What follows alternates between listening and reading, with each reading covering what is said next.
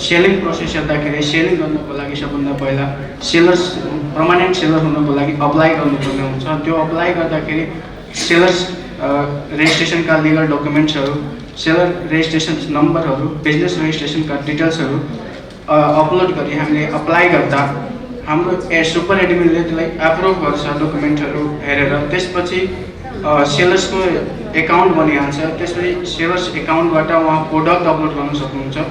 Product upload गरिसकेपछि फेरि प्रोडक्टको पनि अप्रुभल्सको लागि आउँछ हामी कहाँ। त्यसपछि हामी प्रोडक्टलाई क्वालिटी हेरेर, प्रोडक्टको इमेजेस हेरेर हामी प्रोडक्टलाई एप्रुभ गर्छौँ। त्यो अप्रुभ भइसकेपछि प्रोडक्ट हाम्रो पोर्टलमा डिस्प्ले हुन्छ। त्यसपछि बायर्सले त्यसलाई अर्डर गर्न मिल्छ र अर्डर गएको प्रोडक्ट्सहरूको डेलिभरी डिटेल्स र अथु डिटेल्स सेलर्सको ड्यासबोर्डमा जान्छ र त्यो ड्यासबोर्डबाट सेलर्सले त्यो अर्डरलाई डेलिभरी गर्न सकिन्छ। डेलिभरी गर्दाखेरि डेलिभरी स्ट्याटसलाई अपडेट गर्न सकिन्छ। डेलिभरी थर्ड पार्टी कम्पनीसँग हुन्छ अहिलेको लागि र पेमेन्ट सेलर्सको फेसिलिटी सेलर्स कसरी पेमेन्ट दिन खोजिरहेछ त्यसको हिसाबले पेमेन्ट सेलर्स र बायर्स मिल्दो गर्छ। अर्को हाम्रो ब्याङ्क प्रोसेस छ। ब्याङ्क प्रोसेस गर्न कुनै पनि यसबाट वस्तु किन्नको लागि सबभन्दा पहिला एउटा बायर्सको एकाउन्ट हुनुपर्छ, युजर एकाउन्ट। त्यो एकाउन्टबाट हामी प्रोडक्ट्सलाई कार्टमा एड गर्छौँ अथवा डाइरेक्ट बायमा क्लिक गरेर बाय गर्छौँ। बाय गर्दाखेरि यसको अर्डर्स कहाँ डेलिभर गर्नुपर्ने हो, डेलिभरी डिटेल्सहरू डालेर त्यसपछि पेमेन्ट हामी अप्सनमा सिलेक्ट गर्छौँ। पेमेन्ट अप्सनमा सिलेक्ट गर्नको लागि अहिले हाम्रो पेमेन्ट अप्सन मात्र क्यास अन डेलिभरी हो। त्यसपछि हामीले बिस्तारै यसलाई वालेटसँग कनेक्ट गर्छौँ अथवा ब्याङ्क छेउका फोन पे क्युआर कोडहरूसँग पनि कनेक्ट गरेर पेमेन्ट यसको लिन्छौँ। र त्यो अर्डर प्लेस भइसकेपछि सेलर्सको ड्यासबोर्डमा त्यो अर्डर जान्छ। त्यसपछि त्यो अर्डरलाई सेलर्सले आफ्नो तरिकाबाट डिल गर्छ। त्यो सेलर्सलाई अर्डर दिनु अगाडि हामी सेलरसँग कुरा गर्न सक्छौँ, सेलर्सको बारेमा जान्न सक्छौँ। सेलर्सले प्रोडक्टको बारेमा च्याट इन्जिन लागेको छ, त्यहाँ च्याटलाई हेरेर हामी प्रोडक्टको बारेमा अरू जान्न सक्छौँ। यसको अब एक्जिक्युसन आर्किटेक्चरको बारेमा म डिटेल्समा भन्छु। नेपाल सरकार तथा आपूर्ति मन्त्रालयको नेपाल सरकार तथा ministry of industry, commerce and सप्लाइजको निगरानी मोनिटरिङ टिमको मार्फतमा रही एफएनसिएसआईको भित्र हाम्रो सुपर एडमिन हुनेछ, जसले प्रोडक्टहरूलाई अप्रुभ गर्ने, सेलर्सहरूलाई अप्रुभ गर्ने, सेलर्सहरूलाई रिजेक्ट गर्ने, सेलर्सहरूको सबै डकुमेन्ट्सलाई सञ्चालन गर्ने, त्यसको डाटा सेक्युरिटी, त्यसको डकुमेन्ट्सहरूको सेक्युरिटी प्रोभाइड गर्ने टिम हाम्रो हुनेछ। त्यसको टेक्निकली ब्याकएन्ड दिने र टेक्निकली सपोर्ट दिने तेजस कार्य हुनेछ। नेपाल सरकार उद्योग वाणिज्य तथा आपूर्ति मन्त्रालय र नेपाल घरेलु तथा साना उद्योग महासंघद्वारा बिहिबार ई-कमर्स साइटको शुभारम्भ गरिएको छ। खोजौं नेपाली रोजौं नेपाली भन्ने मूल नाराका साथ नेपालका लघु घरेलु तथा साना उद्यमीहरूद्वारा उत्पादित वस्तुहरूको डिजिटल प्रविधिबाट प्रदर्शनी तथा व्यापार प्रवर्धन गर्ने लक्ष्यका साथ साइटको शुभारम्भ गरिएको हो। आफ्ना कल कारखाना उद्योगबाट उत्पादित वस्तुहरूलाई बजारसम्म पुर्याउन नसक्ने अवस्था र बजारमा गए पनि क्रेता र विक्रेताको बीचमा समन्वय हुन नसक्ने अवस्थाले धेरै मेहनतका साथ यो प्रविधि सुरु गरिएको नेपाल घरेलु तथा साना उद्योग महासंघका अध्यक्ष उमेश प्रसाद सिंहको भनाइ छ। नेपालको सन्दर्भमा लघु घरेलु तथा साना उद्योगीहरू आर्थिक समृद्धिको संवाहकको रूपमा रहेको छ।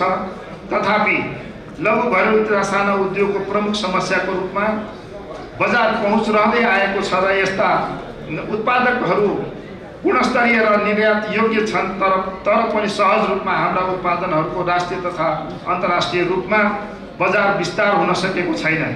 फलस्वरूप हाम्रा उत्पादनहरू स्थानीय स्तरमा मात्रै होइन, राष्ट्रिय तथा अन्तर्राष्ट्रिय स्तरमा प्रयोग हुनका लागि आजको यो दिन, आजको यस डिजिटल प्रविधिले मूल भूमिका निर्वाह गर्छ भन्ने हामीले विश्वास गरेका छौँ। विगत करिब 2 वर्षमा विश्वभर फैलिएको कोभिड-19ले गर्दा हामीले आफ्ना उत्पादनहरू बजारमा विस्तार गर्न झनै सकेका छैनौँ।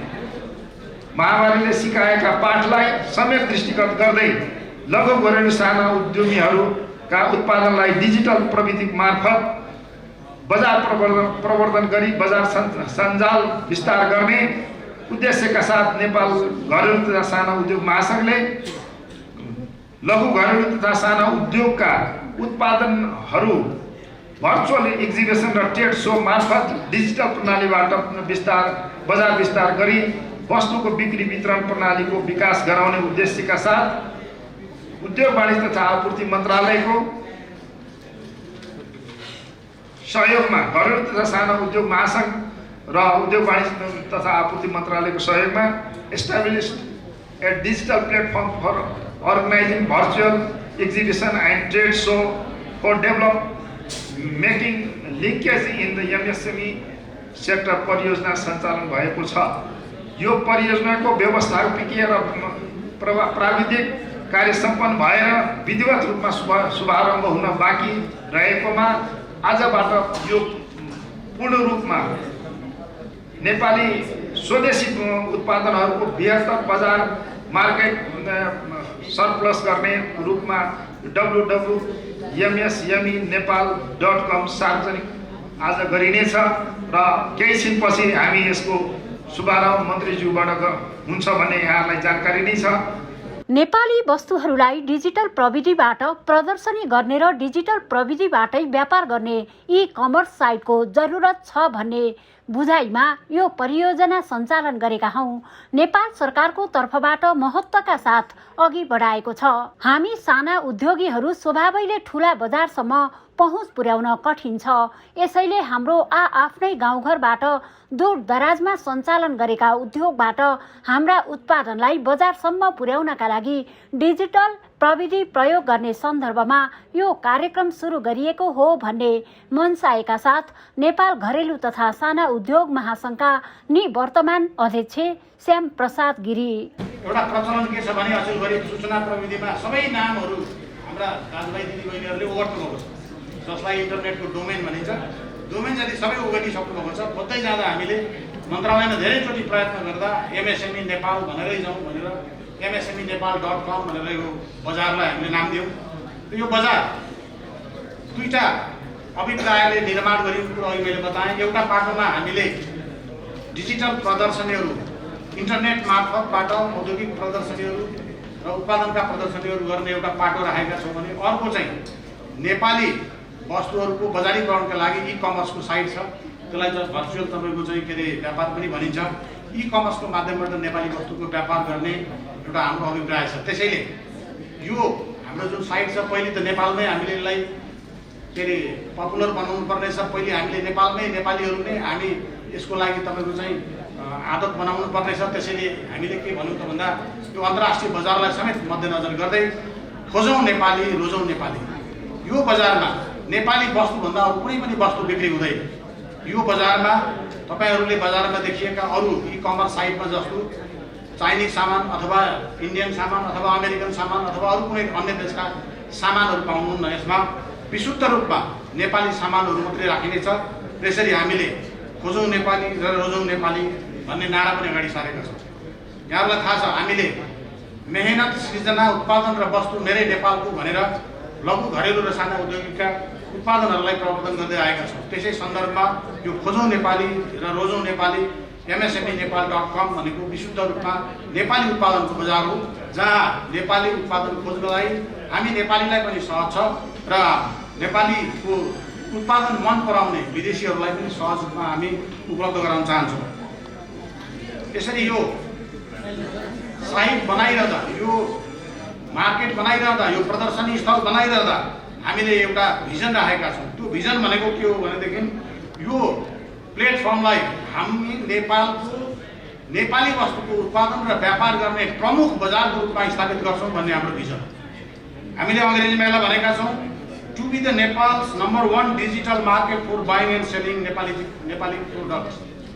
यसमा हामी 1 नम्बरको एउटा चाहिँ तपाईँको साइट बनाउँछौँ भन्ने हाम्रो भिजन।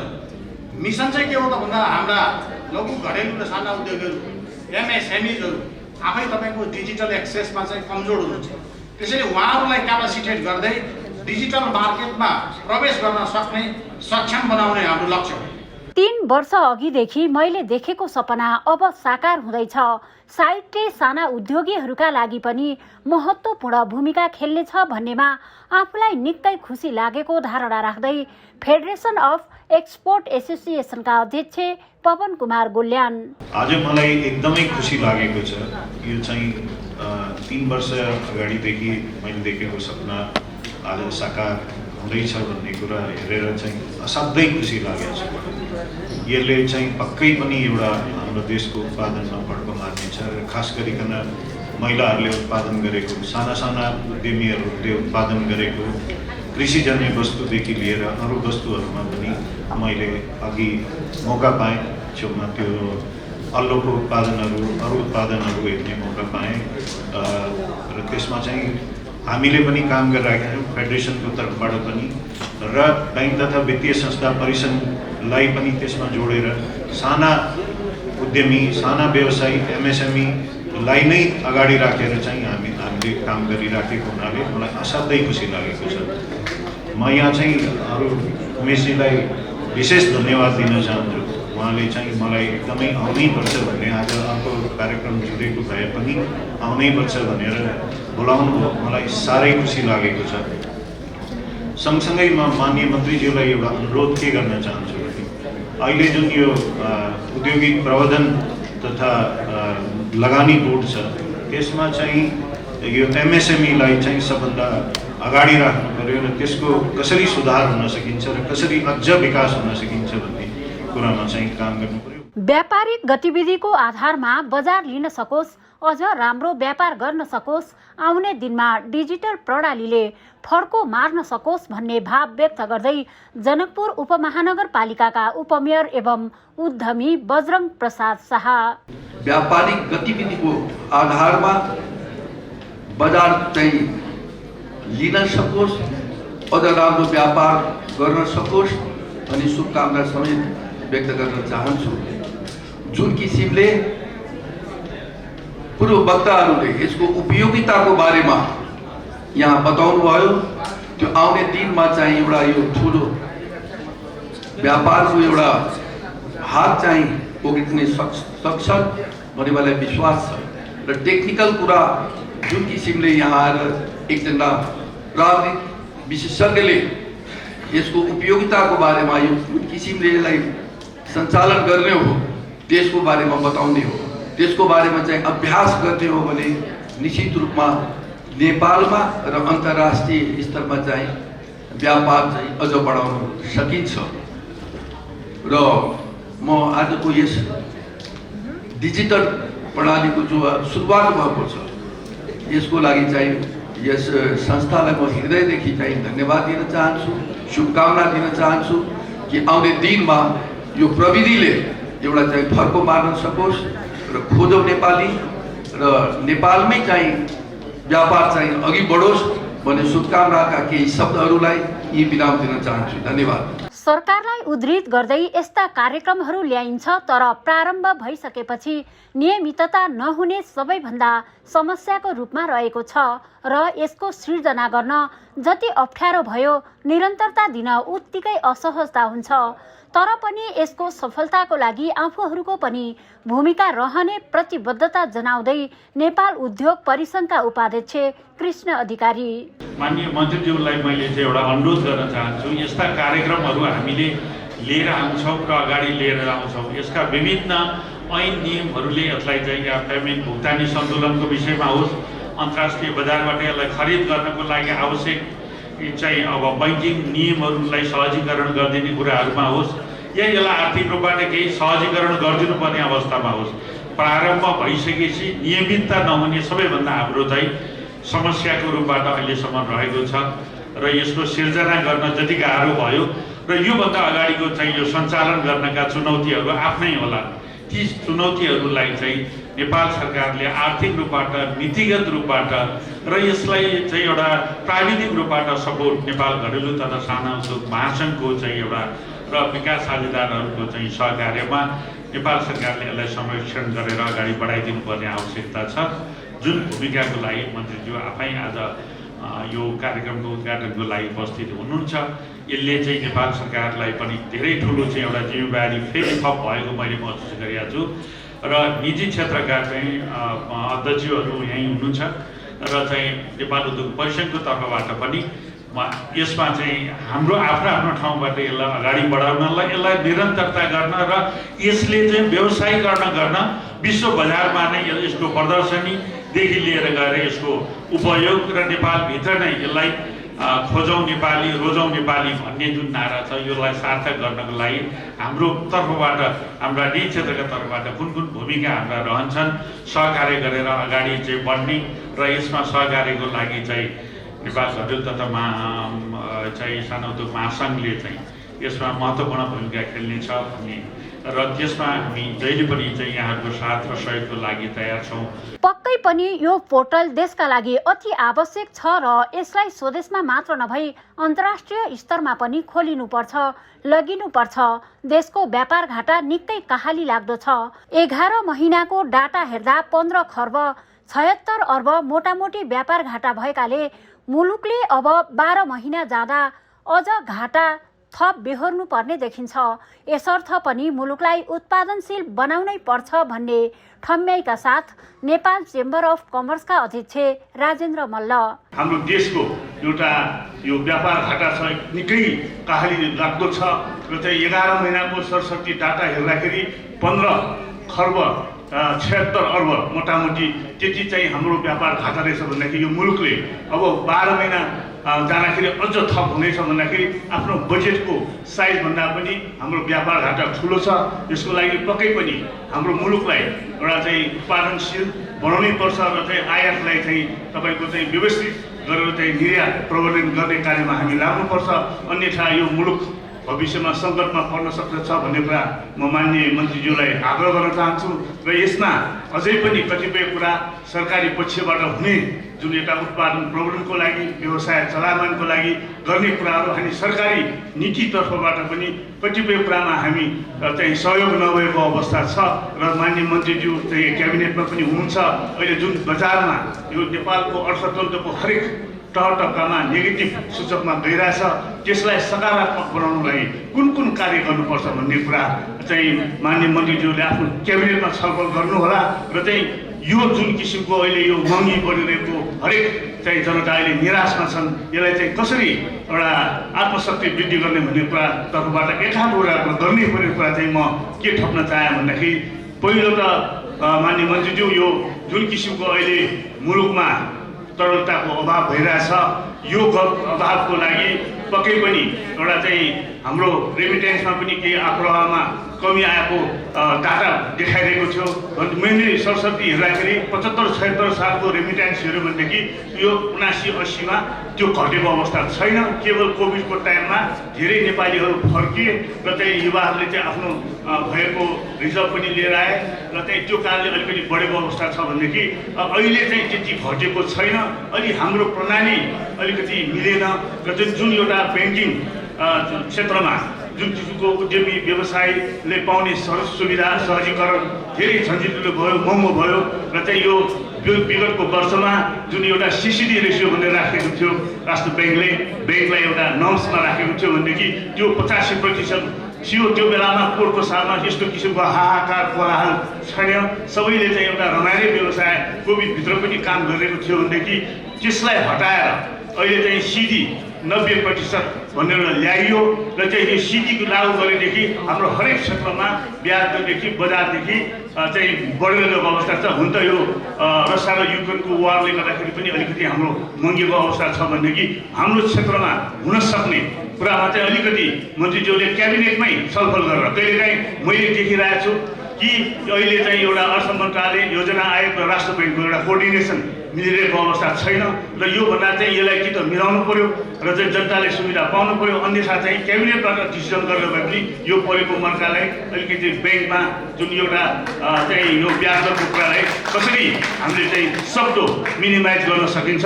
सरकारको ढोको छ कि चाहिँ यो डबल डिजिटको आर्थिक वृद्धि गर्ने भन्ने एउटा चाहिँ जनताको पनि सरकारको पनि छ।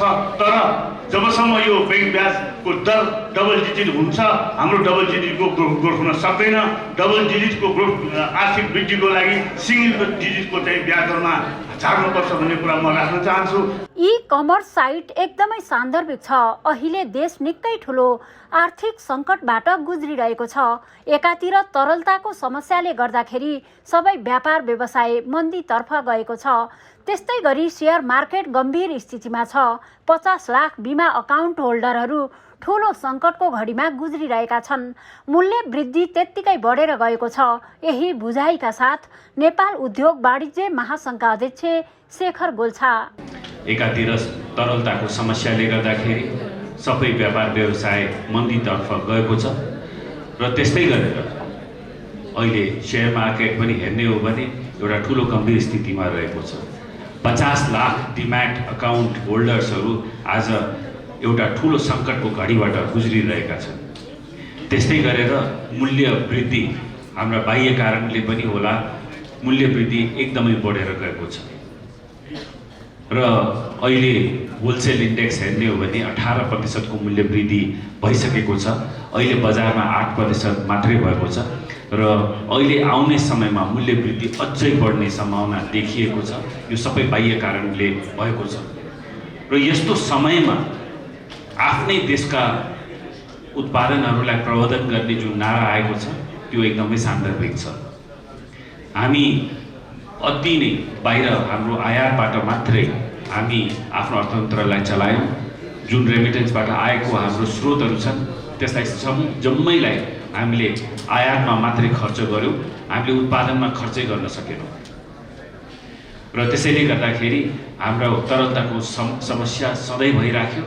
तरलताको समस्याले गर्दाखेरि ब्याज दर पनि हामी एकदमै एक वर्षमै डबल 100% बढ्ने एउटा अवस्था पनि आयो र अहिले व्यापार व्यवसाय गर्नको लागि कुनै ब्याङ्कले पनि कर्जा दिन छोडिसकेको छ र त्यस्तै गरेर हाम्रो शोधानान्तर स्थिति पनि नकारात्मक भइसकेको छ। हामी एउटा गम्भीर स्थितिमा छौँ र केही न केही हामीले नगर्ने हो भने हामी अझ बढी गम्भीर स्थितिमा पुग्नेछौँ। आउने केही समयमा मौद्रिक नीति आइरहेको छ। उद्योग वाणिज्य महासङ्घले मौद्रिक नीतिमा के सुझाव कसरी गर्नुपर्छ, कसरी हामी तरलताको अवस्थालाई सुधार्न सक्छौँ, कसरी हामी बाह्य व्यापारको हाम्रो जुन डिपेन्डेन्सी छ त्यसलाई कम गर्न सक्छौँ भनेर सुझावहरू पनि दिएका छौँ। अब यो मौद्रिक नीतिको विषयमा म धेरै जान चाहदिनँ, तर आज उठेको मुख्य विषय जुन खोजौँ नेपाली रोजौँ नेपालीको कुरा छ। अब एउटा कुरा त पक्कै हो, यो सान्दर्भिक नारा भए तापनि हामी एउटा यो जुन राष्ट्रियताको आधारमा मात्रै उद्योग व्यवसाय गर्न सक्दैनौँ। हामी जबसम्म साना र मझौला औद्योगिक व्यवसायहरूको समस्यालाई समाधान गर्दैनौँ तबसम्म यो नारामा मात्रै सीमित रहन्छ। त्यसैले गर्दाखेरि सुरुवात राम्रो भएको छ र तर साना र मझौला औद्योगिक व्यवसायहरूको समस्या पनि समाधान गर्न जरुरी छ। साना र मझौला औद्योगिक व्यवसायहरू यस अर्थतन्त्रका मेरुदण्ड छन्। हामी साँच्चै नै समृद्धिको सपना देख्न चाहन्छौँ भने साना र मझौला औद्योगिक व्यवसायहरूलाई सुदृढ बनाउनै पर्छ, उनीहरूको समस्या समाधान गर्नै पर्छ। र मैले देखेको अनुसार साना र मझौला औद्योगिक व्यवसायको 3वटा मुख्य समस्या रहेको छ। पहिलो समस्या कर्जा प्राप्तिको रहेको छ। अहिले नेपालका ब्याङ्कहरू जुन ठुला व्यवसायहरूलाई मात्रै लोन दिएर साना र मझौला व्यवसायहरूलाई लोन दिनको लागि एकदमै ठुलो कन्डिसन्सहरू र स्तर राख्छन् र यति बढी धितो खोज्छन् र त्यसले गर्दाखेरि जुन एउटा अन्टरप्रेन्योरसिपको एउटा डेभलपमेन्ट हुनुपर्ने छ देशमा त्यो भएको छैन। भर्खरै बजेटमा अब बिना धितो कर्जाको लागि साना र मझौला औद्योगिक व्यवसायहरू यो उद्योग वाणिज्य महासङ्घकै पहलबाट एउटा नयाँ नीतिको कुरा पनि आएको छ। त्यसको नियमावली अहिलेसम्म बन्न सकेको छैन। म मान्य मन्त्रीज्यूलाई आग्रह गर्न चाहन्छु, साना र मझौला औद्योगिक व्यवसायलाई बिना धितो कर्जाको जुन बजेटमा एउटा एनाउन्समेन्ट भएको छ त्यसको नियमावली चाँडै बनाऊ र यसले जुन खास व्यवसायहरू छन्, उद्योगीहरू छन्, उनीहरूलाई राहत पुग्ने गरी यो नियमावली बन्नुपर्छ भन्ने कुरा मैले राखेँ।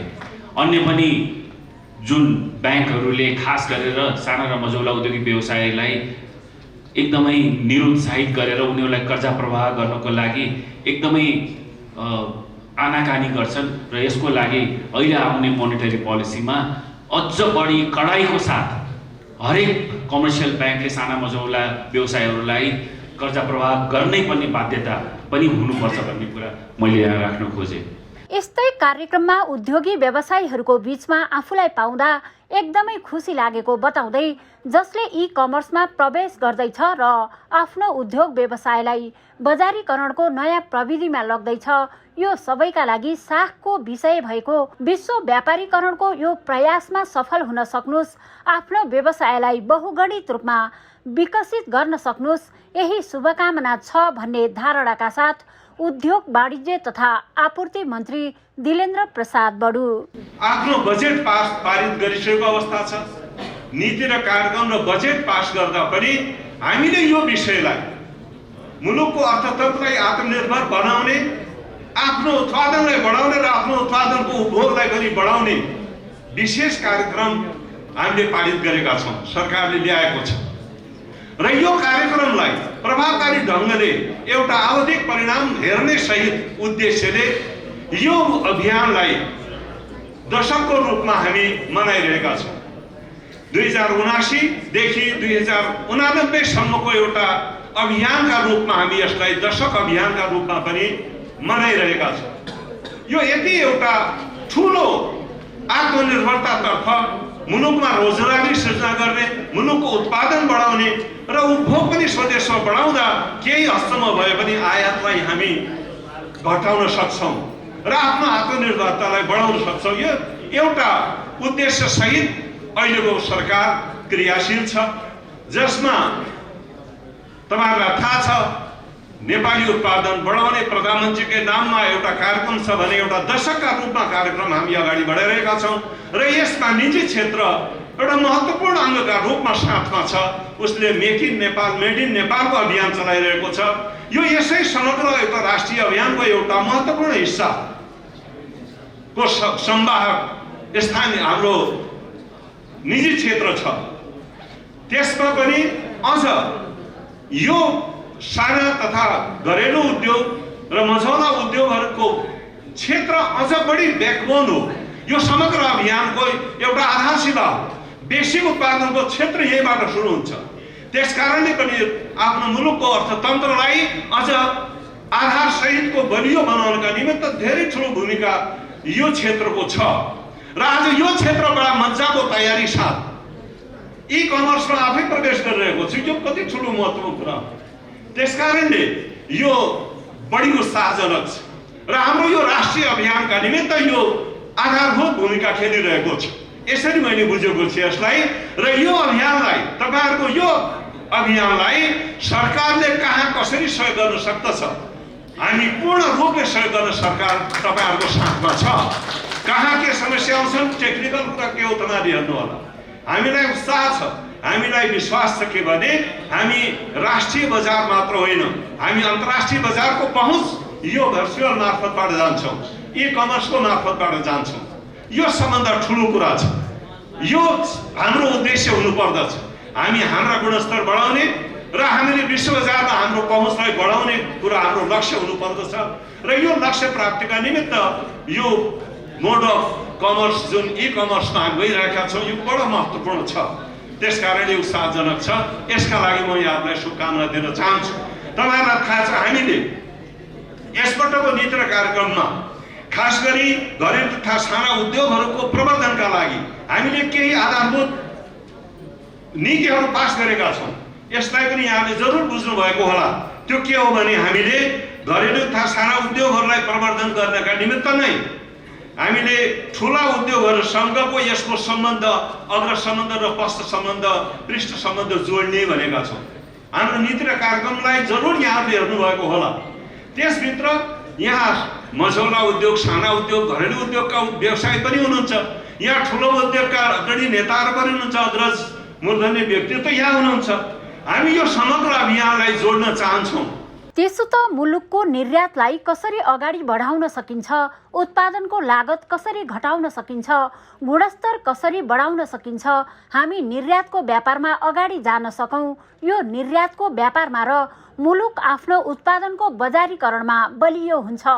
यो एउटा ठूलो फड्को मार्ने प्रयत्नमा काम भइरहेको छ। यो कार्यक्रमलाई प्रभावकारी ढङ्गले एउटा आवधिक परिणाम हेर्ने उद्देश्यले यो अभियानलाई दशकको रूपमा मनाइरहेका छौँ। 2079 देखि 2089 सम्मको एउटा अभियानका रूपमा मनाइनेछ। एउटा ठूलो आत्मनिर्भरतातर्फ मुलुकमा रोजगारी सिर्जना गर्ने, मुलुकको उत्पादन बढाउने र उपभोग पनि स्वदेशमा बढाउँदा केही हदसम्म भए पनि आयातलाई घटाउन सक्छौँ र आत्मनिर्भरतालाई बढाउन सक्छौँ। एउटा उद्देश्यसहित अहिलेको सरकार क्रियाशील छ। मन्त्री बडुको यस्तै प्रतिबद्धता छ। ओमकार टेलिभिजनका लागि क्यामेरामा हरि भण्डारीका साथ शान्ता लम्साल, काठमाडौँ।